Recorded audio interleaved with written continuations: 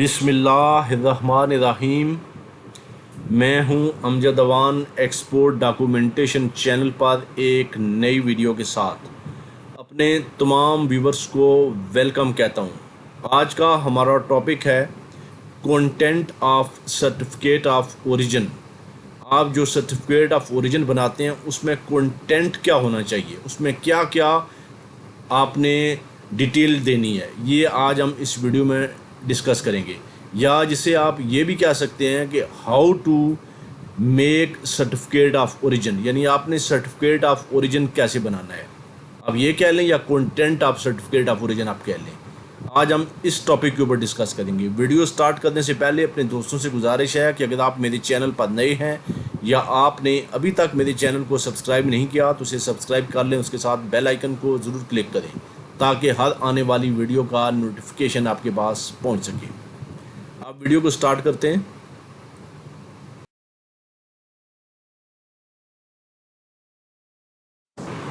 ये एक certificate of origin का फॉर्मेट मैंने आपके सामने रखा है, इसको आप देख लें। इसके बाद मैं इसको जूम करके एक एक चीज़ आपको एक्सप्लेन करूंगा कि किस कॉलम में आपने क्या क्या चीज़ टाइप करनी है।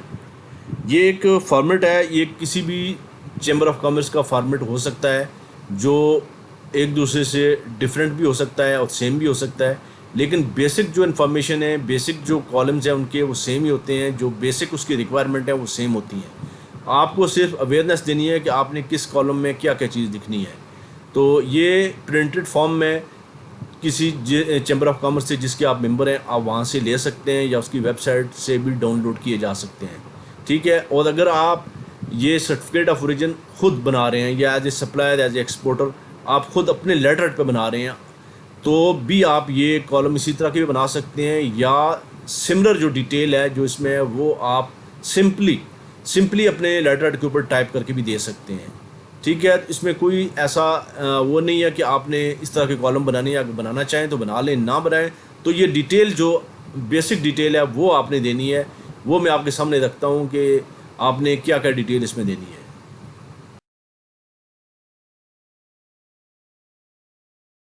सर्टिफिकेट ऑफ ओरिजिन का ऊपर का पोर्शन है, मैंने इसको 3 पोर्शन में डिवाइड किया है ताकि बहुत क्लोजली आपको एक्सप्लेन कर सकूं।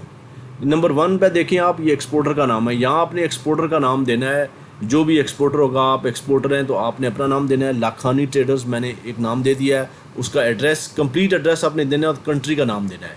जो एक्सपोर्टर जिस कंट्री में रजिस्टर्ड है उस कंट्री का नाम भी और कंप्लीट एड्रेस भी उसका, जो उसका एड्रेस है उसको, जिस कंट्री में जो भी उसका एड्रेस है। बाज़ औक़ात ऐसा होता है ना, ऑफशोर कंपनीज हैं, आप इंडिया में बैठे हुए हैं, पाकिस्तान में बैठे हुए हैं, कंपनी दुबई में है, तो फिर कंपनी का जो दुबई का एड्रेस होगा वो दुबई का नाम यानी कंट्री का नाम भी, ये डिटेल आपने देनी है। इसके बाद ये सेकंड पे है जी कंसाइनी, ये जो आपका बायर है आपने उसका नाम देना है। यहाँ मैंने दे दिया जी 7 स्टार होजरी साउथ अफ्रीका, ठीक है। इसके बाद ये नंबर 3 पे है जी मीन्स ऑफ ट्रांसपोर्ट, इसमें आपने जो शिपमेंट की है, एयर से की है, सी से की है, रेल से की है, बाय रोड की है, उस भी कुछ डिटेल आपने देनी है। जैसे हमने दे दिया name of vessel XYZ, BL number भी हमने दे दिया। ये ज़रूरी नहीं है कि आप BL नंबर भी दें, आप BL नंबर ना भी दें तो कोई भी हर्ज नहीं है। पोर्ट ऑफ लोडिंग हमने दे दी, Dubai to Cape Town South Africa की पोर्ट है, ठीक है। ये हमने दे दी डिटेल। इसमें आप इसमें सिमिलर डिटेल भी दे सकते हैं कुछ, यानी आपने ऐसी डिटेल इसमें देनी है जो इस कार्गो को वेरीफाई कर सके कि ये जो सर्टिफिकेट ऑफ ओरिजिन है इससे रिलेट करता है। जब ये सर्टिफिकेट ऑफ ओरिजिन इंपोर्टर के कंट्री में जाएगा, वहाँ की कस्टम अथॉरिटीज़ उसको देखेंगी तो मैच होना चाहिए कुछ, यानी लिंक होना चाहिए उसका उस कार्गो के साथ, ठीक है। तो आपने कुछ इस तरह की डिटेल दे देनी है। नेम ऑफ शिप दे दिया आपने, port of loading, port of discharge they the, container number आप दे सकते हैं, ठीक है। तो ये इस तरह की कुछ आपने डिटेल देनी है। नीचे ये है जी कंट्री ऑफ ओरिजिन, ये कंट्री ऑफ ओरिजिन हमने लिख दिया UAE, ठीक है। ये डिटेल होगी। इसके बाद राइट की तरफ आप आएँ तो नंबर 4 पे है जी for office use, for official use, अब इसको छोड़ दें। नीचे है सप्लीमेंट्री डिटेल, ये भी ये जो है ये सप्लीमेंट्री डिटेल, यहाँ पे आपने कुछ नहीं देना। यूजली ये कॉलम जो है वो ब्लैंक ही जाता है, लेकिन कभी कभार ऐसा हो सकता है कि कुछ इन्फॉर्मेशन, एक्स्ट्रा इन्फॉर्मेशन आपका इंपोर्टर आपसे मांग ले तो आपने देनी है। जैसे उसने एक वर्ड लिख दिया जी कि certificate of origin must be mention for custom purpose only, ये उसने वर्ड दे दिया तो आपने यहाँ पे लिख दे फॉर कस्टम पर्पज़ ओनली, बस और कुछ नहीं। यूजली ये ब्लैंक ही जाता है, ठीक है। अब इसके जो मेन बॉडी हम उसकी तरफ आते हैं।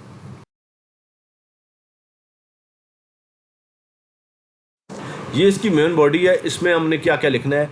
आइटम नंबर 1, जो भी आपकी प्रोडक्ट है, एक ही प्रोडक्ट आप एक्सपोर्ट कर रहे हैं, तो ये हमने जो प्रोडक्ट है यूरिया N46, उसकी डिटेल हमने दे दी, पैकिंग दे दी 50 kg बैग्स, ऑर्डर नंबर दे दिया, आपके पास ऑर्डर नंबर है तो आप वो दे दें, परचेज ऑर्डर नंबर है या ऑर्डर नंबर है या इंडेंट नंबर है, जो भी आपके पास नंबर है जो रिलेट करता है उस कार्गो को, ताकि आपके बायर को भी कोई प्रॉब्लम ना हो।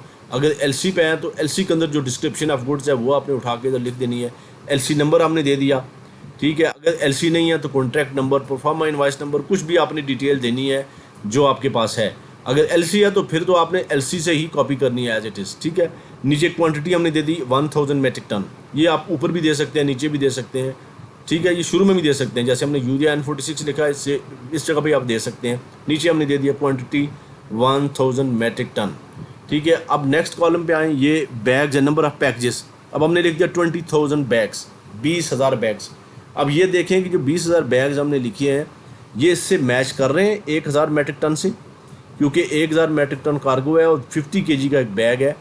तो अगर 50 kg का एक बैग होगा तो 20,000 बैग्स बनने चाहिए। अगर हमने कुछ और बैग्स की यहाँ पे क्वांटिटी मेंशन कर दी तो आपके डॉक्यूमेंट डिस्क्रिपेंट हो जाएंगे।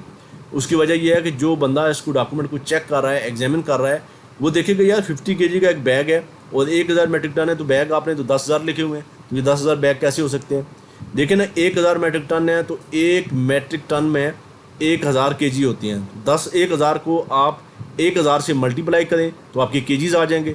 उसको आप 50 kg का एक बैग है, 50 को भी डिवाइड करें तो आपके पास 20,000 बैग्स आ जाएंगे, ठीक है। तो ये चीज़ मैच करनी चाहिए उसके साथ, आपने इसको क्रॉस चेक करना है। अब नेक्स्ट कॉलम है, ये देखें ग्रॉस वेट। ग्रॉस वेट हमने दे दीजिए 10,010 मेट्रिक टन। कैसे कि जैसे ही हमने बैग के अंदर पैकिंग किया तो उसमें बैग का वेट भी शामिल है। अब हाफ kg का एक बैग है तो 20,000 बैग्स हैं, 20,000 को आपने 0.5 से मल्टीप्लाई करें तो आपके पास बैग्स का वेट आ जाएगा केजी में। उसको आप 1,000 के ऊपर डिवाइड करें तो मेट्रिक टन आ जाएंगे, वो 10 मेट्रिक टन बनता है वेट इनका।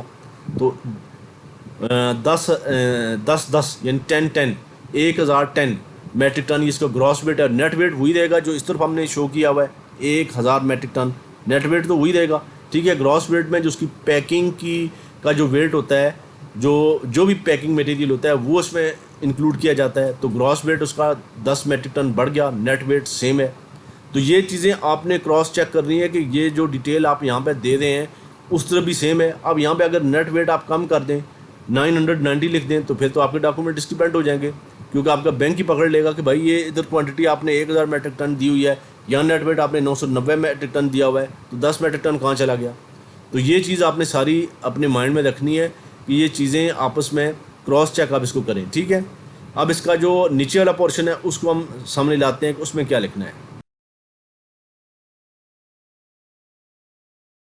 अब ये देखें, नेम ऑफ इंपोर्टिंग कंट्री हमने लिख दिया साउथ अफ्रीका। नीचे जी ये प्लेस एंड डेट ये हमने लिख दिया जी दुबई, जुलाई 12, 2022। नीचे आपने अपनी कंपनी की स्टैंप लगा दी, साइन कर दिए, जो भी आपकी कंपनी है। फिर आप चैम्बर ऑफ कॉमर्स के पास लेके जाएं, वो इसको वेरीफाई कर देगा, ठीक है। तो ये एक तरह का फॉर्मेट था जो मैंने आपके सामने रखा है। ये इस तरह की इन्फॉर्मेशन चाहिए होती हैं जो आपने सर्टिफिकेट ऑफ ओरिजिन में देनी होती हैं। अगर आपके पास अपने चैम्बर ऑफ कॉमर्स का सर्टिफिकेट ऑफ ओरिजिन है तो आप देख लीजिए, उसमें भी सेम डिटेल होगी, ऊपर नीचे हो सकती है, आगे पीछे हो सकती है, डिटेल इसी तरह की होती है। अगर कोई डिटेल जो एक्स्ट्रा हो इसमें मैं ना आपके सामने एक्सप्लेन कर सका हूँ तो आप कमेंट्स में पूछ सकते हैं। अगर आप खुद सर्टिफिकेट ऑफ ओरिजिन अपने लेटर पे बना दें तो ये डिटेल आप इसी तरह दे सकते हैं, कहीं भी दे सकते हैं, सिंपल फॉर्मेट में दे सकते हैं और इस तरह कॉलम भी बना सकते हैं। तो ये सर्टिफिकेट ऑफ ओरिजिन का जो कंटेंट है ये आपने उसमें देना होता है, या इसको आप जो सर्टिफिकेट ऑफ ओरिजिन बनाते हैं इस तरह से आप बनाते हैं, ठीक है। ये बेसिक उसकी इन्फॉर्मेशन थी सर्टिफिकेट ऑफ ओरिजिन की। उम्मीद है वीडियो आपको अच्छी लगी होगी। वीडियो अच्छी लगे तो उसे लाइक करें और अपने दोस्तों से शेयर करें। मिलते हैं अपने नेक्स्ट ट्यूटोरियल में किसी और टॉपिक के साथ। अपना बहुत सा ख्याल रखिएगा। अल्लाह हाफिज़।